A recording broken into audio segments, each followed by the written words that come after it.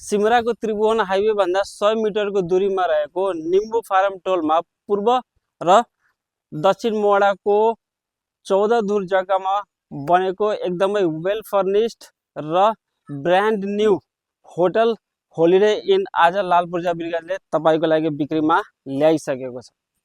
होटलको दक्षिण फेसिङमा रहेको यो तपाईले 20 फिटको बाटो पाउन सक्नुहुन्छ भने पूर्व फेसिङमा 16 फिटको बाटो रहेको छ।